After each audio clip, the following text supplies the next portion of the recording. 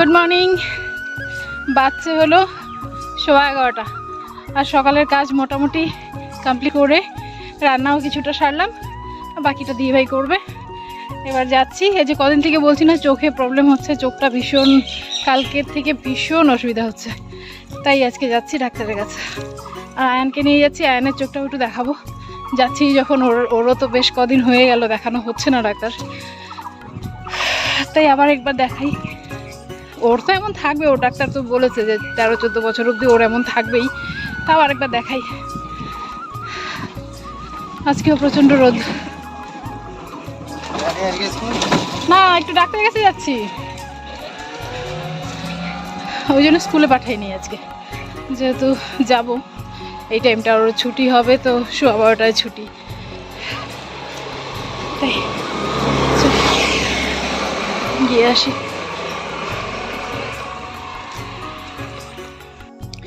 প্রচণ্ড রোদ দেখো বাইরে, বাইরে মানে লোকজনই কম, তা না হলে এই টাইমে মানে সবে তো দিনের শুরু, তাও মানে কত ফাঁকা ফাঁকা। যাকে welcome back to my channel, আমার আরও একটা নতুন ব্লগে। অ্যাকচুয়ালি আমার চোখটা ভীষণ অসুবিধা করছে এবার। আর মানে আমরা তো এমনই না, মানে যখন মানে চরম পর্যায়ে যাবে তখনই ডাক্তারের কাছে ছুটি, তার আগে আর যাওয়া হয় না ডাক্তারের কাছে, তখন আর মানে সময় বের করা হয় না। কিন্তু যখন চরম পর্যায়ে চলে যায় তখন ঠিকই সময় বের হয়ে যায়। চলো দেখা যাক কি বলে, কি হয়েছে চোখের মধ্যে। আমি তো কিছু বুঝতে পারছি না, হঠাৎই এমন করে মানে চোখটা এমন হচ্ছে। আর চলে এলাম এখানে লায়ন্স ক্লাবে। এখানে মানে অনেকগুলো ডাক্তার বসে, মানে চেক আপ বারে বারে, মানে অনেক জায়গায় চেক আপ হয়। এখানে অপারেশনও হয় চোখের। ওর বাবাকে নিয়ে আসছিলাম একবার। এখানে হচ্ছে না, এখানে সকালে 8:30 অবধি মানে নাম নেওয়া হয়, তারপরে আর নাম নেওয়া হয় না।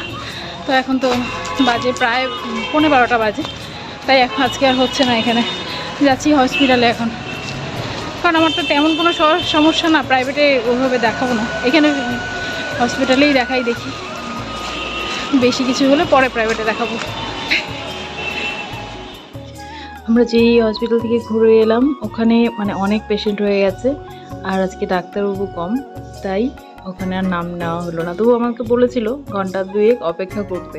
এবার 2 ঘন্টা অপেক্ষা করবো আয়ানকে নিয়ে, বিশাল ব্যাপার। তাই চলে এলাম হসপিটালে, ওখান থেকে কাছেই 20 টাকা টোটো ভাড়া, ওখান থেকে চলে এলাম এইখানে।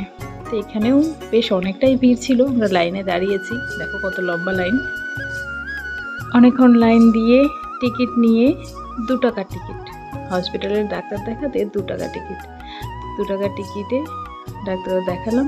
ডাক্তার আয়ানের চোখ তো মানে দেখার আগেই বলছে কতদিন থেকে চোখ চুলকাচ্ছিস, আয়ানকে বলছে। তো ওটা ডাক্তারবাবুরা তো দেখলেই বুঝে যায়। তো আয়ানকে 2টো ড্রপ দিয়েছে আর আমাকে একটা ড্রপ দিয়েছে। ওটা লাগানোর পর 3 সপ্তাহ লাগাতে বলেছে, বললো তো আর অসুবিধা হবে না। আর দেখা যাক, অসুবিধা হলে দেখাতে হবে আবার।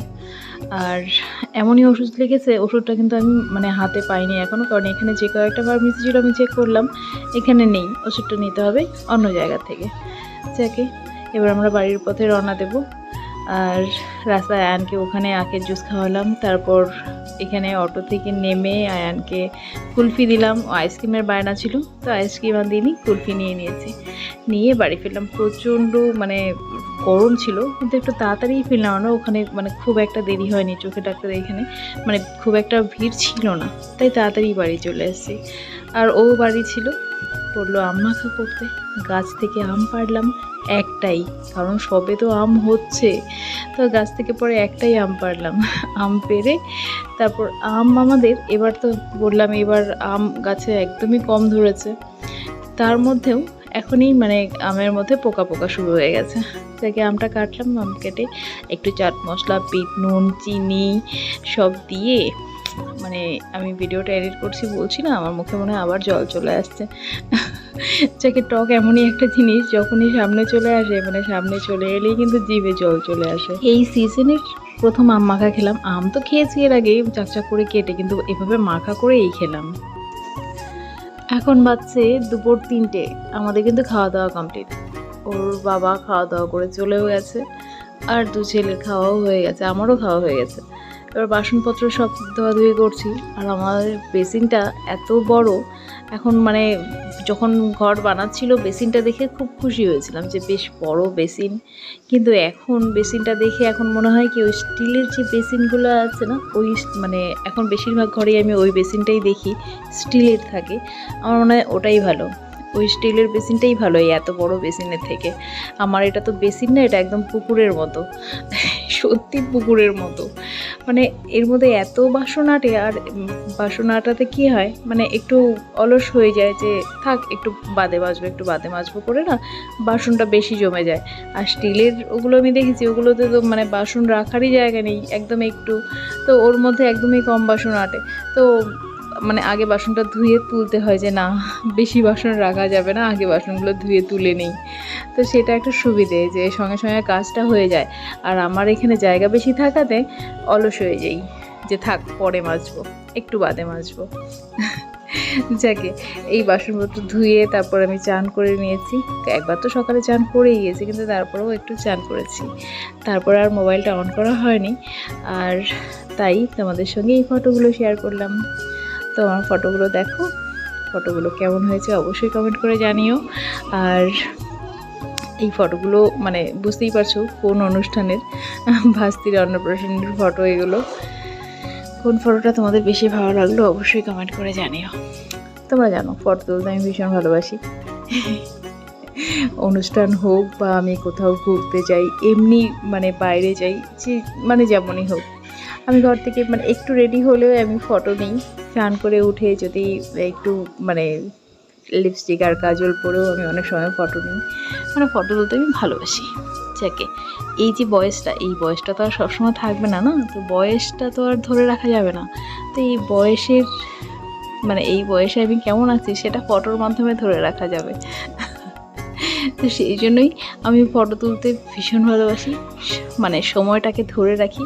পরে যখন বয়স হয়ে যাবে তখন দেখবো যে না এক সময় তো একটু হলেও দেখতে ছিলাম, বয়স হয়ে যাবে তখন চামড়া কুচকে যাবে, হ্যাঁ না, তখন আর ব্যাপার আলাদা। তাই এই ফটোগুলো দেখে তখন বেশ একটা ভালো একটা ফিল নেওয়া যাবে। যাকে কোন ফটোটা ভালো লাগলো অবশ্যই কমেন্ট করে জানিও। আর ফটোগুলো এখানে অনেকে তুলে দিয়েছে, মানে একজনের হাতের ফটো না, এখানে আমার দিদির ছেলের হাত মানে ও তুলে দিয়েছে, তারপর আয়া নাবিরও তুলে দিয়েছে, তারপর আমার বান্ধবী তুলেছে, অনেকের মানে অনেকে হেল্প করেছে ফটোগুলো তুলতে। আর অন্নপ্রাশনের যে ফটোগুলো আছে মানে পুচকির, ওই ফটোগুলো তো এখন আমি পাইনি। ও সেদিন আসার পরে আর বাড়ি যাওয়াই হয়নি। তো এরপরে যখন আবার বাড়ি যাব ফটোগুলো এলে সেগুলো তোমাদের সঙ্গে আলাদা করে শেয়ার করব। চলো আসছি আমি, সবাই ভালো থেকো, সুস্থ থেকো, সাবধানে থেকো, আর সবাই সবার নিজের খেয়াল রেখো। আমার ফটো কিন্তু শেষ হবে না, তো তোমরা ফটোগুলো দেখো, দেখে আমাকে জানিয়ে দিও কেমন হয়েছে, কেমন। চলো টাটা। আর আমাদের দুজনের একটা ফটো আছে, সেটাতে কিন্তু অবশ্যই কমেন্ট করো আমাদের দুজনের ফটোটা কেমন হয়েছে। ওটা একদম মানে আমরা ফিরছি, তখন বাড়ি ফিরবো তখন জোর করে ওই ফটোটা তুলেছে।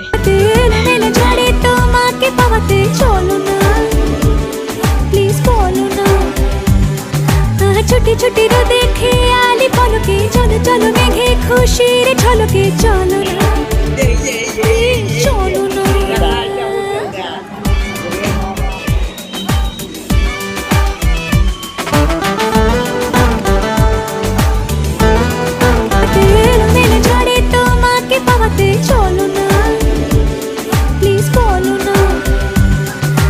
ছোটি ছোটি দেখে আলি পলকে, চলো চলো মেঘে খুশির ঝলকে, চলো না চলো না।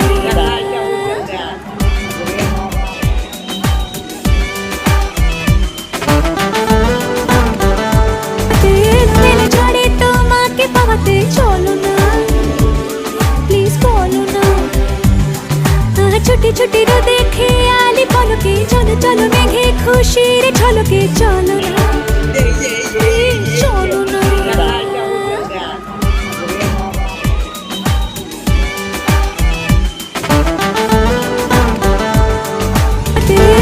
ঝড়ে তোমাকে পাওয়াতে, চলো না প্লিজ বলো না।